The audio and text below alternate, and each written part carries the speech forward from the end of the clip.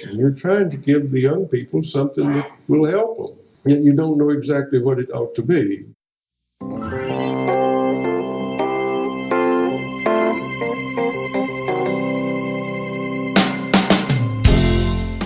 As always, thanks for tuning into the podcast. My name is Drew Perkins. I'm the director of TeachThought Professional Development, and if you have stumbled upon us without coming to either of our websites, you can find us online at TeachThought.com, which is our main blog site, and our TeachThought Professional Development website, which is WeGrowTeachers.com. I'm happy to announce that early bird registration for TeachThought Grow 19 is indeed open and will remain open until April 2nd. We're excited to offer this year a pre-conference day in partnership with the folks at the National School Reform Faculty. If you're not familiar with them, you should be. They do some really great work. I had Michelle Mattoon, who is the director of the National School Reform Faculty, on the podcast episode 130, in which we talked about improving teaching and learning through protocols. So we're going to spend that day really diving into rich inquiry through protocols, trying to learn structures to help students engage in difficult but important conversations. So really, the takeaway there will be to learn some structures to use in your classrooms and in your schools to have some of those really difficult conversations in ways that help build skills and critical thinking processes with your students. Of course, our July 17th through 19th will be focused on our popular Foundations of Project-Based Learning workshop, in which you'll learn project-based learning by developing a project for implementation in your classroom. If you're a leader, you'll be developing a project that will be in play for your school. We love having educators from K-12. We've had pre-K, we've had university, we've had folks from as close as Louisville and as far away as Vietnam. So you can go to wegrowteachers.com/grow19 to register and find out more information and details. The space is limited to 70 seats. Jump on over there and take advantage of early bird pricing, which is available till April 2nd.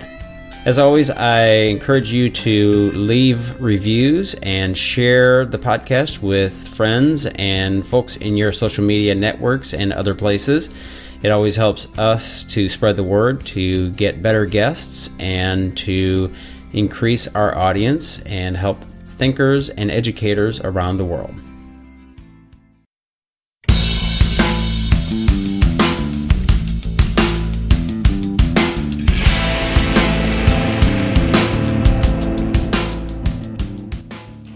In this podcast episode, I spoke with Irshad Manjji, who is the founder of the Moral Courage Academy and author of several books. Her latest is called Don't Label Me, an incredible conversation for divided times.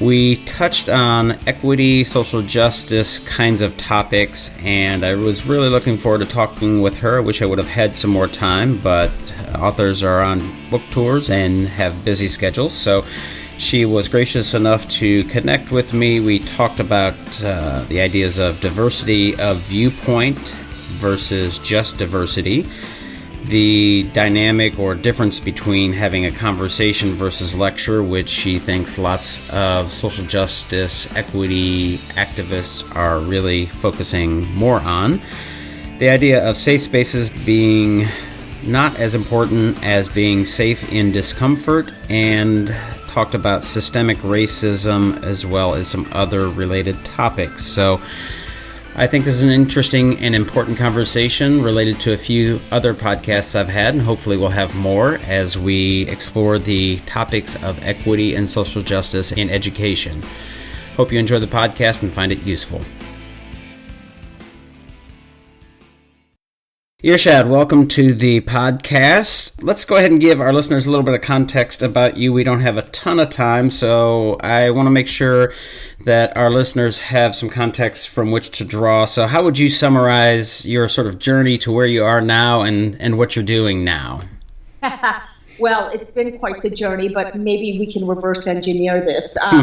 by starting with where I'm at. So I've just published my latest book. It's entitled Don't Label Me, An Incredible Conversation for Divided Times.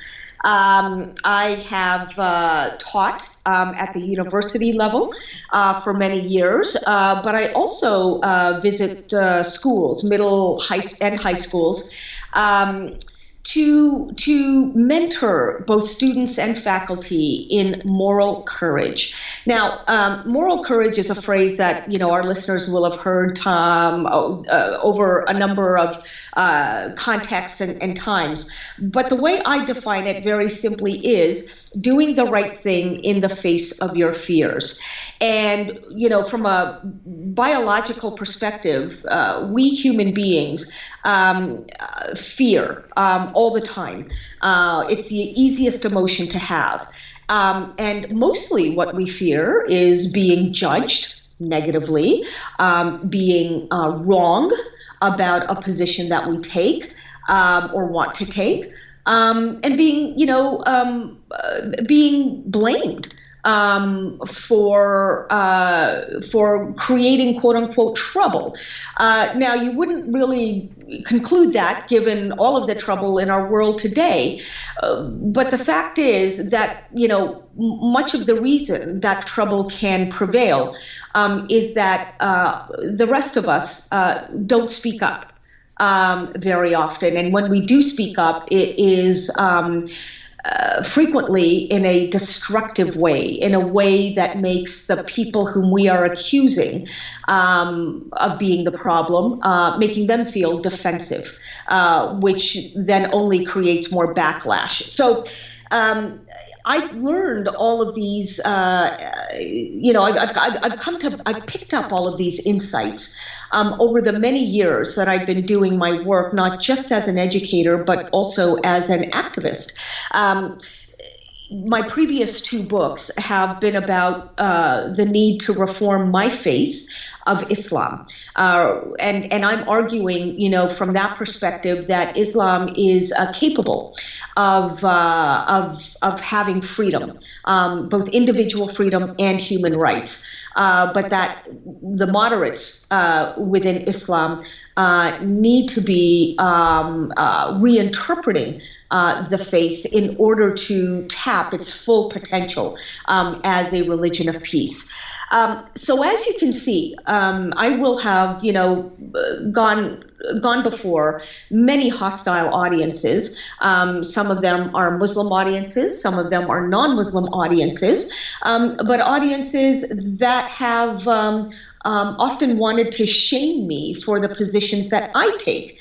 And over the years, I've learned some, key lessons in communicating so that rather than reinforce division, rather than deepen us versus them, we can actually engage with one another in a way that that appreciates the diversity around us. And I don't just mean diversity of labels, I mean diversity of viewpoint, which I hope we'll get into a little bit later. And that really is what I teach now, is how people who are wanting to reach the full potential of diversity, how we can do so, both as educators, but also as citizens, so that even those who would otherwise be turned into the other, and in many cases that is straight white men these days, the other, so that we can ensure that they've got a voice at the diversity table and are not feeling shamed for being who they are, but are actually feeling like they belong, to the point where their emotional defenses come down, and they too, can take the journey of diversity with us.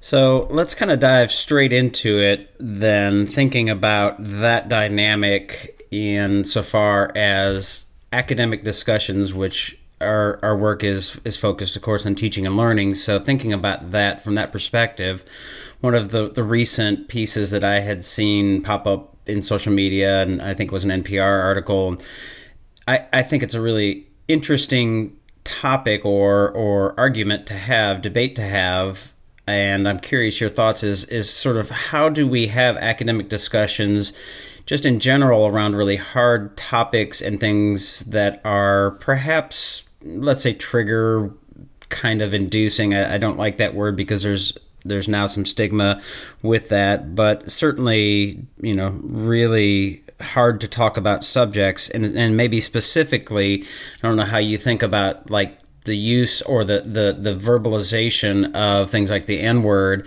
in academic discussions. So reading it as part of a text and saying it not as a means to deride somebody, but as part of analyzing text. Right. Well, Drew, you've asked a lot of big questions in that one umbrella question. So I'll do my best to, address as much of it as possible. Ultimately, what you've asked is, how can we possibly have conversations about, such highly emotional but necessary issues?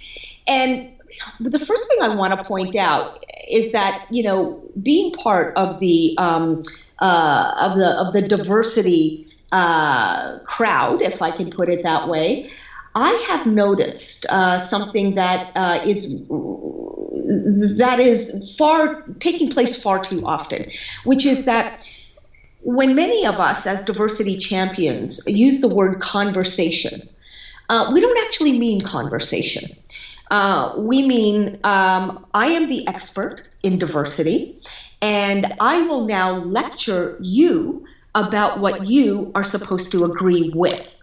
And when you agree with it, we will call that a conversation. It's not one. And we should not use the word conversation if we're not actually willing to have one. These issues are so thorny that actually we've got to be able to converse about them, to be dialogical about them, to be exchanging notes with one another, as opposed to merely lecturing each other. And so I'd like to focus on how to have a conversation. Now, if there's something more specific that you're wanting to ask me, please do so. And then in the course of answering that, I will talk about the how of having an honest conversation. Did you want to ask me about something? So let's be a little bit more specific there. And so if somebody in, let's say, high school is reading the Mark Twain book that has the N-word in it, and there's other places where that word certainly shows up, how do you think about how that word being used in academic dialogue, how does that play out in your thinking? Right. I found that when you're upfront and honest with students, that they will prepare themselves emotionally for however a particular word or concept or graphic description, hits them. Now, obviously, this depends on the maturity level of the class that you're teaching. You can't expect a high school student to have the same maturity level as, say, a sophomore at university. But I have found that by letting my class know, okay, folks, we're going to be entering some territory here that will contain words and images that will hit some of you as offensive. I'm not excusing any of you from reading and discussing this text. I'm simply letting you know that you may want to prepare emotionally for how that might strike you, and if you have any issues with preparing, let me know and we'll talk it through. We will have a conversation. So my philosophy, Drew, as an educator, is quite simply this: that I am not here to help students feel safe. I am here to help students feel safe in their discomfort. Education without discomfort is indoctrination. It is the discomfort that that requires us to stretch, to grow. And I want to say something from a scientific perspective that I think is necessary to point out. I am not claiming that stretching and growing is easy or that discomfort is pleasurable. Obviously, for most of us, it is not. And that's not because we're bad people or that we're lazy people. It's because we are all born with brains whose first contact with stimuli, whether that's information in our immediate material world or whether that is, ideas that we are trying to process, it is first and foremost the impulsive part of the brain, the ego brain, as I call it in my book, that is taking in the stimuli.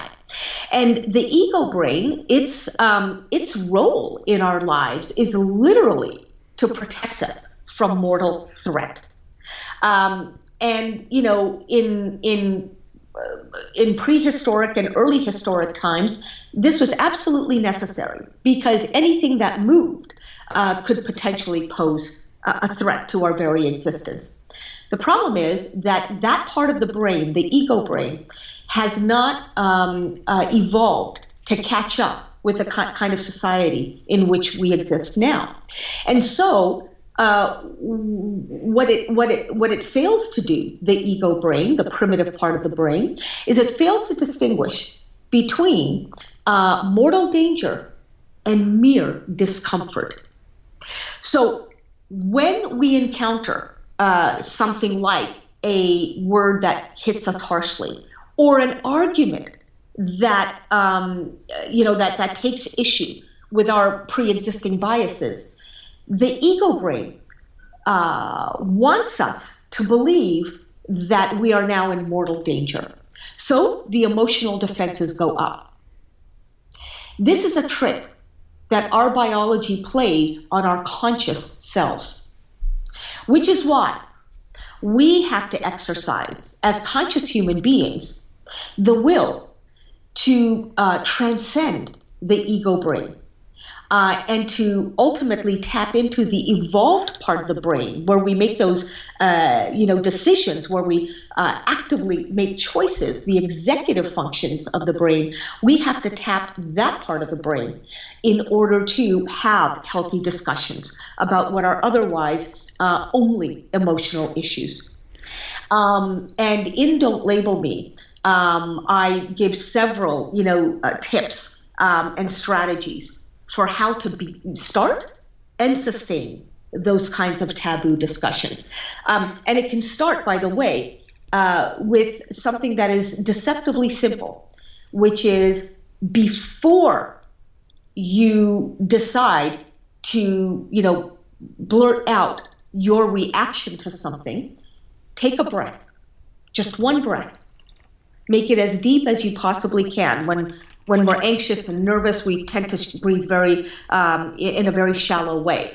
But when you breathe deeply, even just once, you are physiologically slowing down the blood rush in your body. You are slow jamming the primitive part of the brain, and thereby giving yourself the extra second that you need to then tap into the evolved part of the brain. There's more to it than that in terms of sustaining, a taboo conversation. But even just to be able to enter it, you've got to be breathing intentionally. Right. Yeah. And there's a mindset shift, I think, that is important here. And as a former social studies teacher, I think civics education is one of the missing ingredients here in how we've taught civics education. It's not the only thing, but as your experiences and your background, your history, you were a refugee from Africa, you're a Muslim, you're an immigrant to the United States, you're now a professor. I don't know, what age did you come to the United States? Oh, I came at, I'm dating myself now. I came at the tender age of 39. Okay. So you did not go to school in the United States, and, No. and I was asking for clarification on that, as I'm thinking about how our schools are operating now, and how you think about what some people think is in label. And I think I think this is an interesting thing to sort of parse apart, is the sort of systemic racism of our schools, K-12 especially. Do you have any particular insight into that based on the work you've done? Yes, I do. I do. And the insight is quite simply this, that systemic racism as a phrase has become a buzzword that shuts down healthy conversation. Why? Because, the insights gleaned from critical race theory lead people to believe that that individual actions cannot make any discernible difference in reducing or eliminating racism. Rather, that it's all about systems and structures and institutions. Two things I want to say about this. First off, what are systems and structures and institutions, if not, the manifestation of how people collectively behave? In other words, systems, structures, and institutions would be empty, would be meaningless without the people who inhabit them. Therefore, it is people who have to change. Whereas, the phrase and the baggage that goes with systemic discrimination implies that no matter what people do, systems are systems, and they will continue to operate. Not only is that not true, since people are systems, but also how do you then motivate people to open their minds and open their hearts and advocate for policy changes within their institutions, if what you're saying is no matter what you do, it'll never be enough? So there's an inherent contradiction in the claim that systemic, racism pulsates throughout our society. Now, again, I want to be clear. I'm not saying that there isn't systemic racism. I'm saying that we've got to be better at communicating the how of changing that. And one of the things we have to be doing, I believe, is emphasizing that individuals matter, that people matter, and that motivating people to tap into the evolved part of the brains, so that it isn't merely reacting against reaction, that becomes the muddle in which we all swim. And I want to say one other thing about all of this. It's tough. It's tough to tap into that evolved part of the brain these days more than ever, because we are all immersed in digital technologies that are, deliberately designed to amp up that impulsive part of our brain, the ego brain. Right.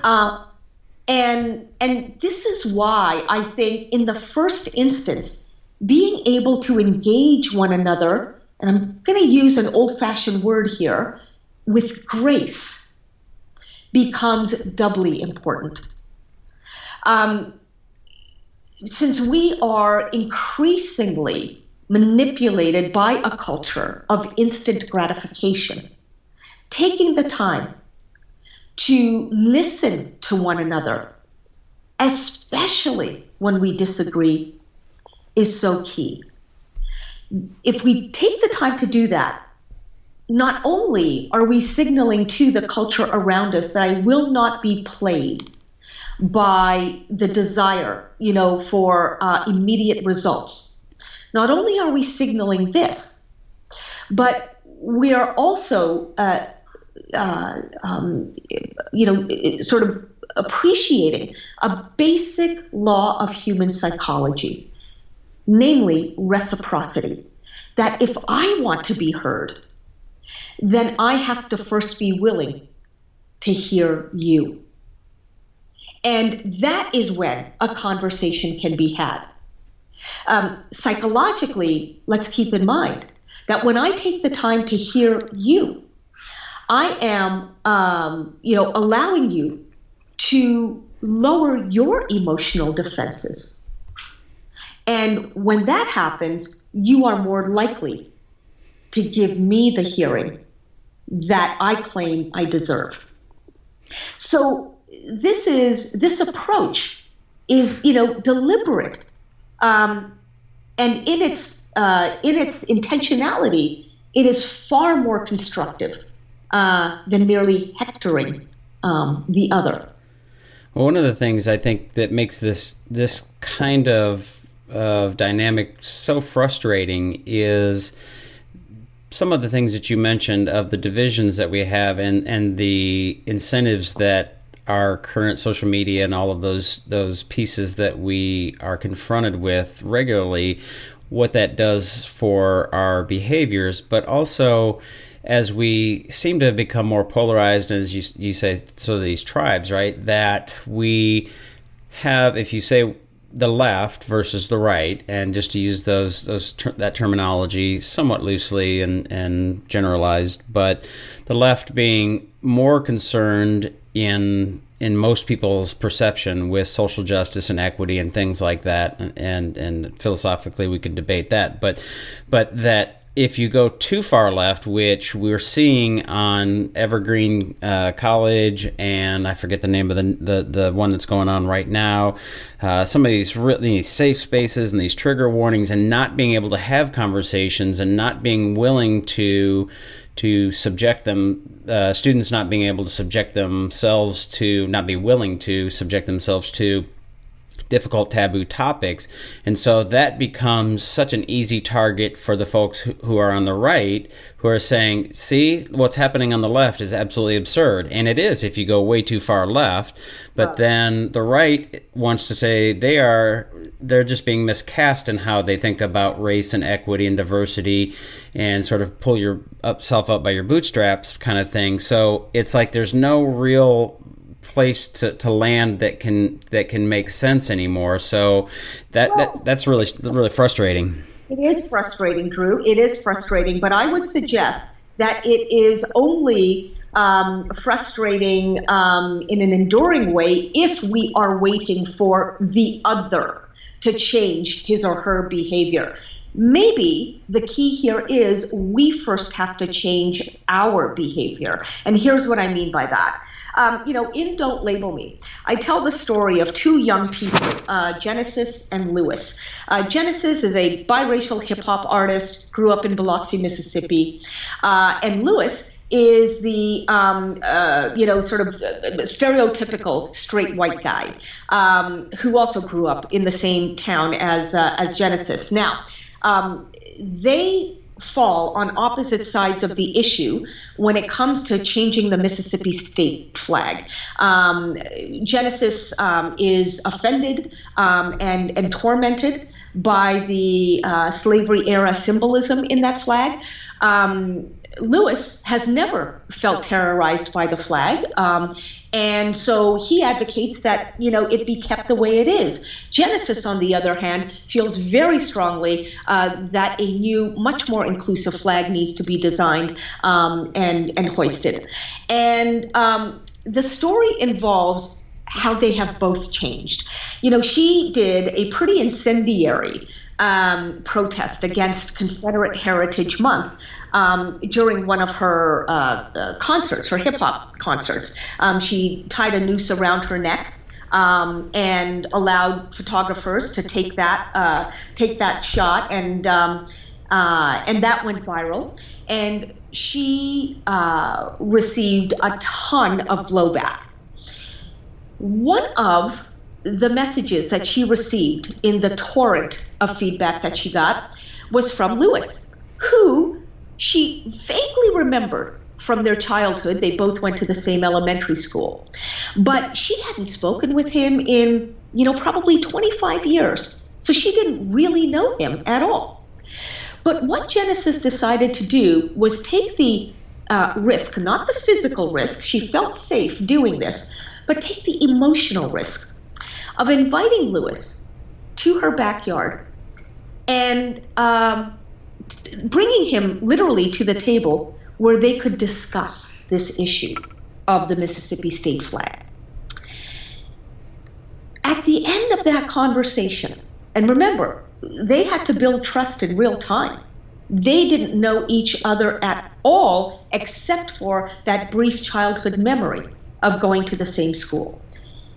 At the end of the conversation, Lewis said to Genesis, you know, when you first did that inflammatory protest on stage, I was pretty upset.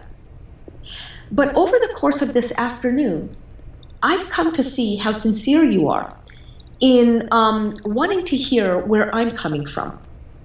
And the fact that you haven't berated me, the fact that you have taken the time to ask me questions, I've really come to see that I frankly care more about you than I do about the flag. Now, the key insight here is that Lewis, if you were merely to judge him by his skin color, by his gender, by the socioeconomic class from which he comes, many of us would assume this guy is obviously, you know, a social conservative, and he is quote unquote irredeemable. And so rather than waste my breath, I'm going to walk away. But the fact is that Lewis has not been accurately captured by the labels that people would throw on him. Just as Genesis, as a hip hop artist, somebody who would be thought to be only, you know, edgy and in your face, that would not accurately capture who she is. Do you see what I mean? That both of these individuals took a journey together. But here's the key. One of them had to step up to be the first in the listening department. And Genesis did exactly that. Why did she do that? Why was she the one to do that? Because as she told me later, if I'm not doing that, then I'm not bringing anything new to the table. Then I'm literally just, you know, recycling what I know, and I can't expect a different result. She did something new. And it turns out she got a different result. Because she's the one who wanted change. This is why I don't buy the argument when many people of color, and again, I'm one of them in that, you know, under that category, but when many people of color tell me, you know, it's not my job to educate. And of course, I don't hear that from teachers because it is our job to educate. But I hear that, you know, mostly from students. And I say to them, do you want change? Oh, yeah, of course I do. Then, like it or not, it is your job to educate. That doesn't mean you have to do it alone. That doesn't mean that you can't have support. And, you know, at this point, and I'll just wrap up my response to you, Drew, by saying one of the very recent experiences I had in the school context is a number of teachers came to me to say that you know, they are being made to feel like they're merely customer service agents, meaning that when students have a problem, particularly students of color or queer students have a problem with, you know, a mainstream, for lack of a better word, student, if they're, you know, offended by something that has been said, these queer or students of color, that all they need to do is go to a teacher and tell that teacher that they're offended, and that teacher is expected to speak with the offending student. Basically, you know, fight that battle for the offended student.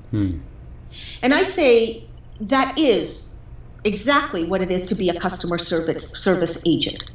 But students are not merely consumers, if they're consumers at all. We are being, frankly, commodified by our consumer culture to treat students as consumers and therefore to treat ourselves as customer service agents. The far better and more empowering approach in this diversity space is to say to, you know, the offended students, okay, you know, you're going to run into this from time to time, if not a lot of the time, in reality. So let's learn how to negotiate our way through this. I will happily facilitate a conversation between you and the person who has offended you. But I'm not going to fight this battle for you. You're going to learn how to express yourself and how to express yourself constructively so that the offending student is not made to feel merely defensive.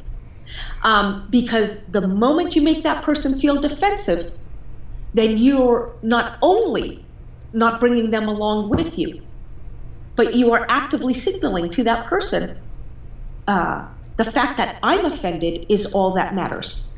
Rather than, I'd like to hear, where you're coming from when you use the word that offends me. I'd like to hear why you feel that's okay. And in asking you these questions, such as, just as Genesis did with Lewis, that offending student is much more likely then to hear what that word or that image makes me feel as the offended student. So it's got to be reciprocal, otherwise it is utterly ineffective. Yeah, you make some really, I think, important points, and I was sort of writing some notes as you were talking, and the idea that we often have these conversations, whether it's social media or blog pieces or whatever, talking about these sort of big issues, and they are really big and important issues, but we speak of them almost in these monolithic terms, and when it gets down to the granular sort of level of individuals, like you mentioned, the story you mentioned, or I'm sure you've got to be familiar with Dia Khan and her work, the Sure. White Right, and I'm drawing a blank on her Islam focused documentary, but it's just amazing to see that dynamic play out with the neo-Nazi white nationalists, white supremacists, and talking with her, and those barriers break down when they actually are connecting with her.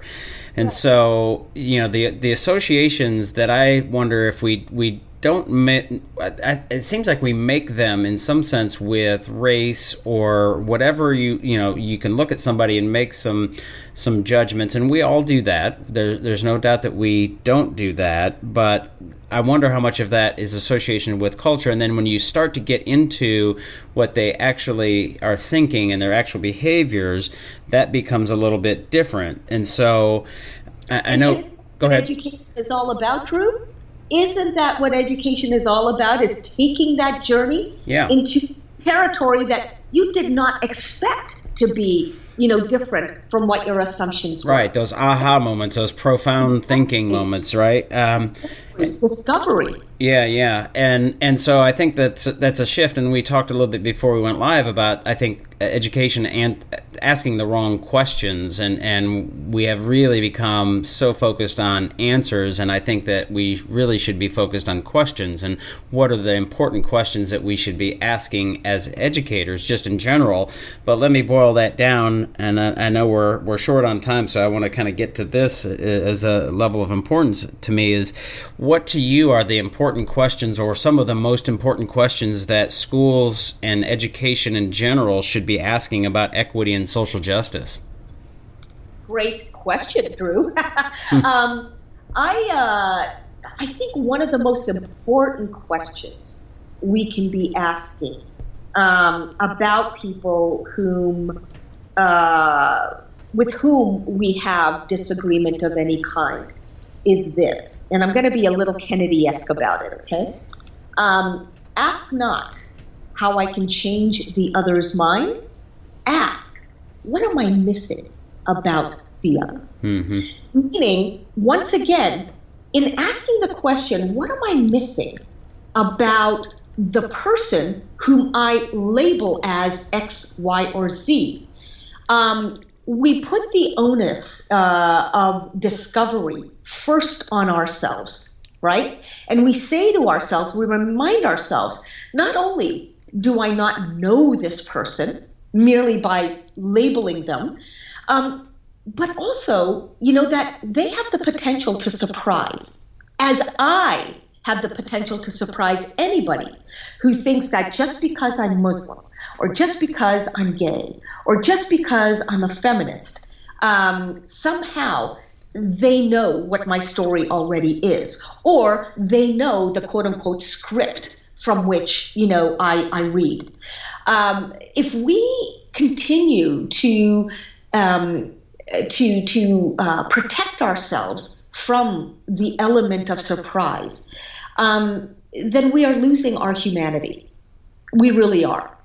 And that is when we succumb to this consumerist model, that we're in today, in which anybody who doesn't instantly give me what I want, including agreement, is my it, is an inconvenience, is in my way, and therefore I'll have to treat that person as an object to be manipulated.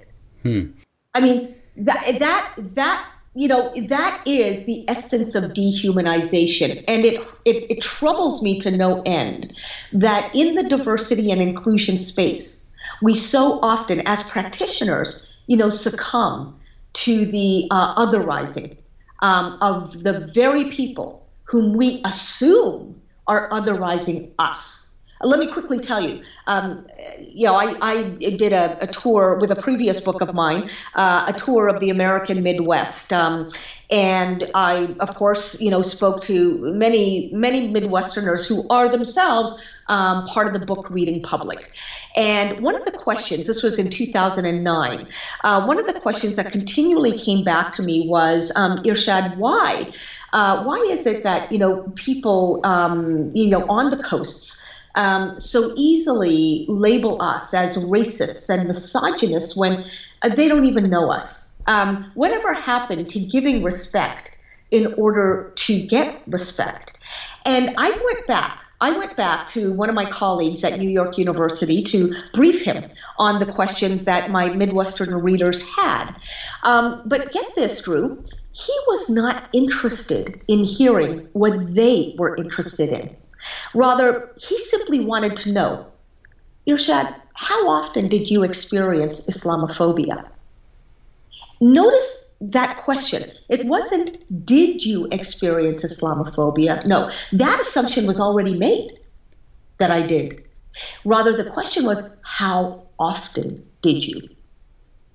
And I had to tell him, because this was truth, at no time. At least not in any way that I noticed.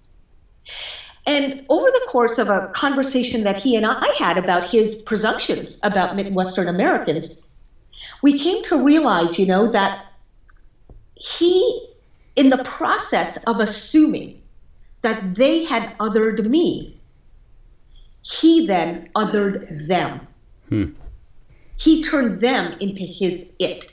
He decided that based on the labels he had for them, they were operating from the very script that he assigned to them.